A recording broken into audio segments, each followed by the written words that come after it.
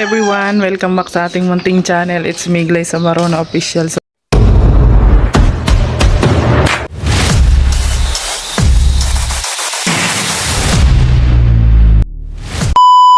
for today's vlog guys, ay nandito na tayo sa bahay dahil maaga tayong nakauwi sa paggaling sa pagtitinda.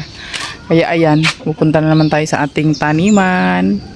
At ayan, bago yan, ipapakita ko muna sa inyo yung mga tanim namin dito na kamatis. Ayan, na siya, nagbubulaklak na siya guys. Dito lang ito sa paligid namin. Ayan, nakakulong lang siya. Gawa pa ito ni Alex guys. Ayan, tingnan nyo, may bulaklak na diba? Ayan. Sabi ni Alex nung nakaraan, tumbahin ko daw yan. Diyos ko, nawalan ako ng time guys. Alam niyo naman, busy ako. Ayan, may mga bulaklak na siya. Ito, tumba na talaga siya. So, bumili rin ako ngayon ng abta. Mag-aabono din tayo. Ayan, madilim mang kalangitan guys. At hindi ko na sinundo yung mga bata. Si ating na yung nagsundo. So, ako pupunta na ako doon sa farm. At ayan, nagbili tayo ng abono.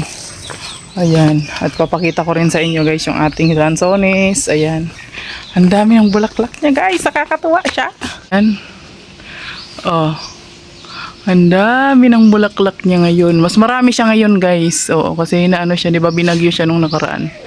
Kaya ayan, mas marami yung niya ngayon, bulaklak. Ayan.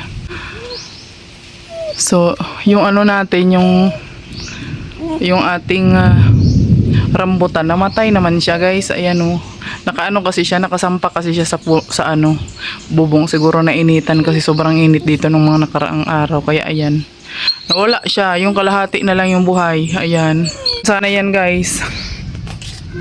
Pinatanim pa naman yan ni Tita Lita Javier kasi yan, remembrance daw niya yan sa amin.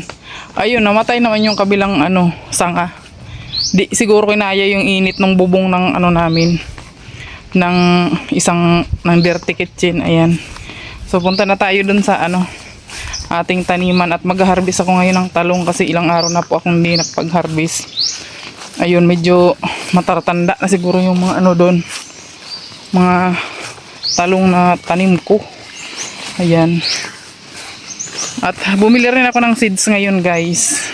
Naman to, pala siya, kangkong tsaka pitsay.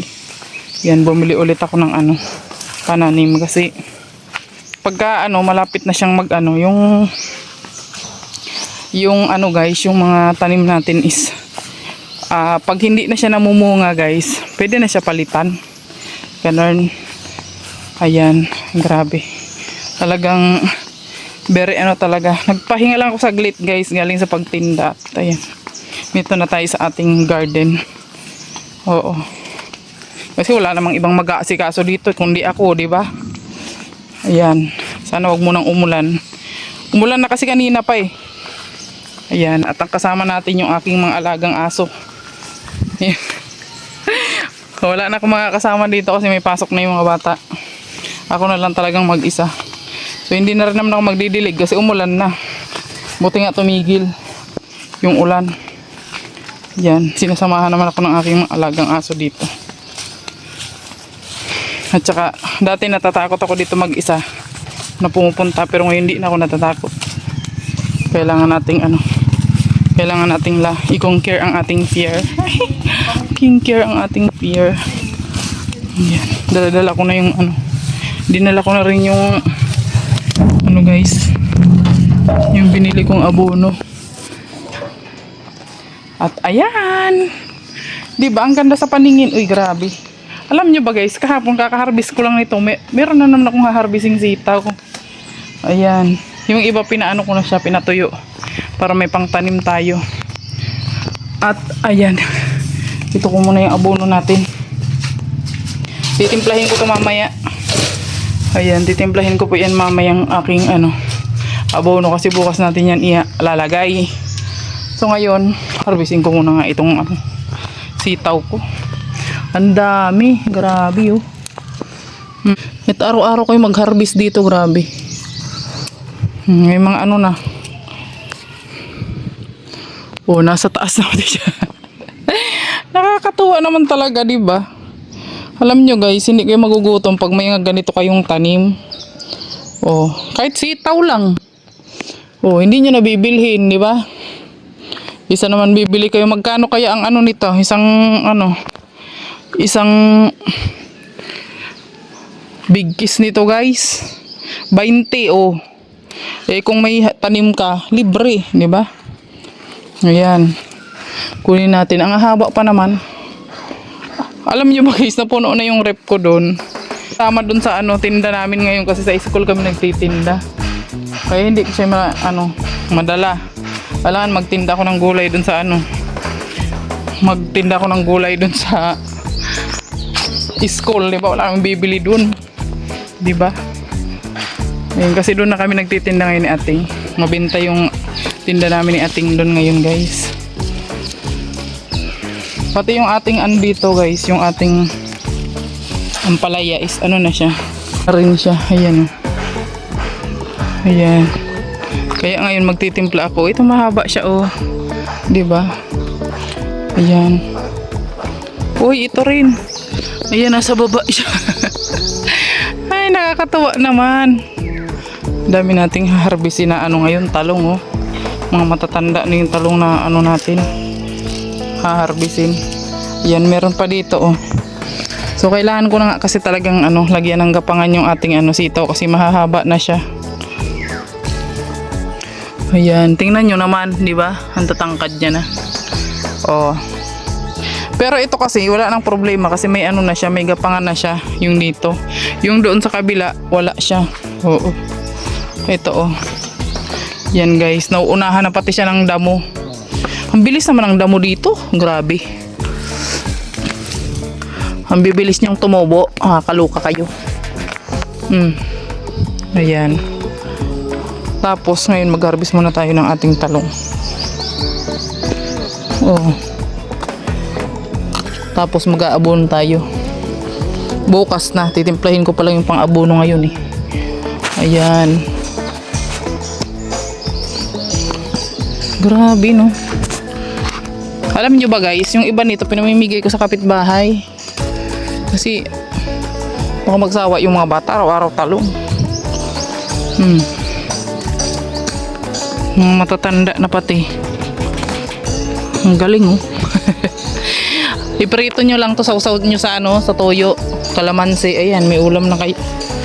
Diba? Pag uwi ng kapatid ko ng Maynila, ang dami niyang ang dami niyang binitbit na talong. Ayan, diba? Sos, nahuhulog na, oh. Diba? Ayan, nandun sa ilalim, ang dami. Grabe.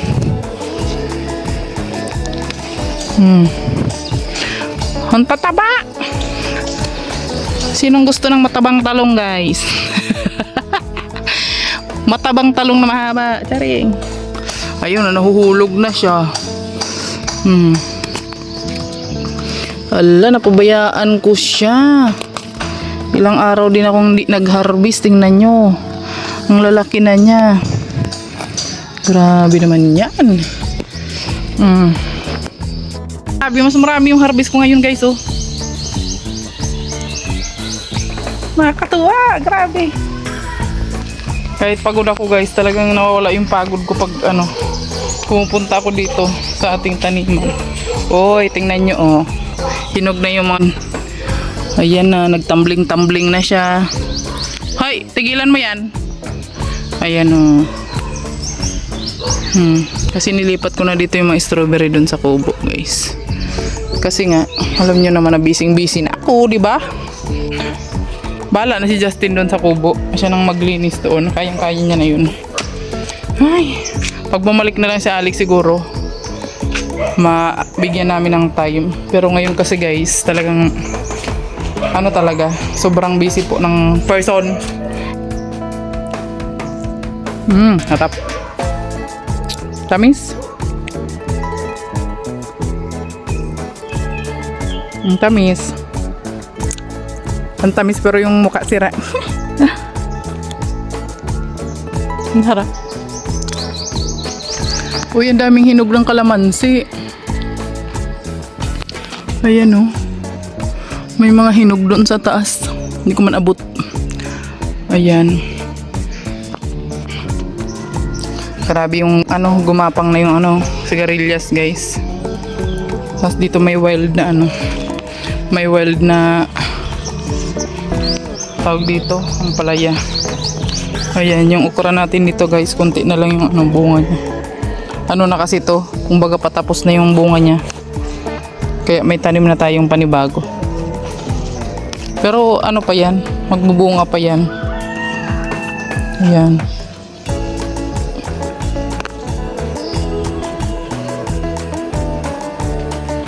Tapos dito guys, magtatanim tayo ng ano dito, kangkong. Tsaka ampalaya, ampalaya. Magtatanim tayo ng ano dito guys. Dito banda kangkong. Yan kangkong. Tapos dito banda pechay ulit. Ayan, magsisimilya lang ako. Magsisimilya ako ngayon ng ano, pechay. Kasi may ano na tayo. May binili na tayong pechay ngayon na ano, pang similya. So ayun ang gagawin natin ngayon guys.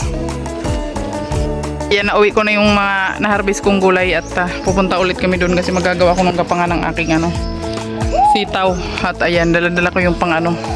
Hello guys! Boy, huli ka na! Kabahan! Ayan.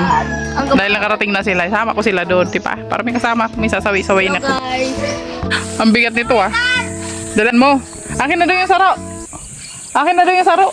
Diyos ko, hirap na hirap nga yan. Ang gaan-gaan lang naman yan. Habang siya gaan-gaan. May, dadalawa lang kamay ko, may. O, yung nga ni, dadalawa lang yung kamay mo. O, akin na yung saro. Para hindi ka na mahirapan. Diyos ko. Ako na. O, nabatawan ko patuloy.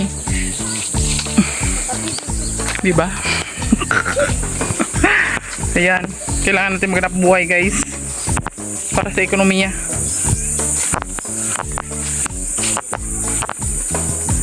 Hirap na siya. Hanggan lang naman ang kahoy na pinapadala ko sa kanya.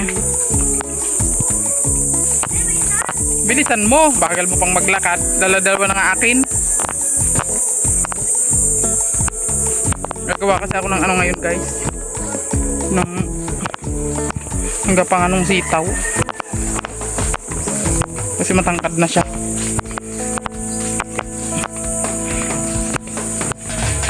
Para harvest lang tayo ng harvest. Diba? Tapos mamaya mag-ano ako. Tutunaw ako ng abono para bukas. I-abono ko na lang siya. Ay na. Huwag mo kasing anuhan, apakan, king.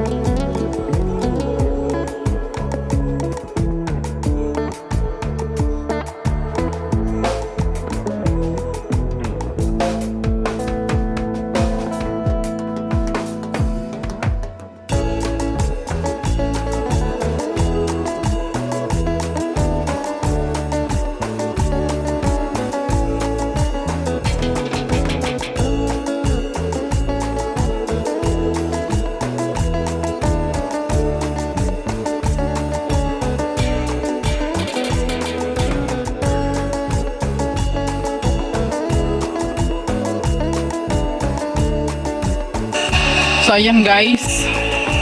Kagawa na ako ng gapangan ng ano, sitaw dun sa kabila. Ayan.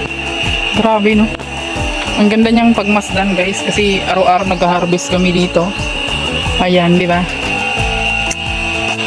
At ayan, siyempre nagtanim na naman ako ng ano, kangkong. Kangkong naman yung tinanim ko dito banda. Yan banda ako nagtanim ng kangkong. Tapos dito, tatanim ko ulit yan ng pitsay. Hindi ko pa na-harvest yung doon guys. So may kunti pa dyan. Inawanan ko siya. At syempre, nagsimilya na rin ako ng pitsay dito. Banda, ayan oh. Diyan banda guys. Nagsimilya tayo ng pitsay dyan. Ayan. At ito na. Ang ganda na ng sitawan natin dito. Oh.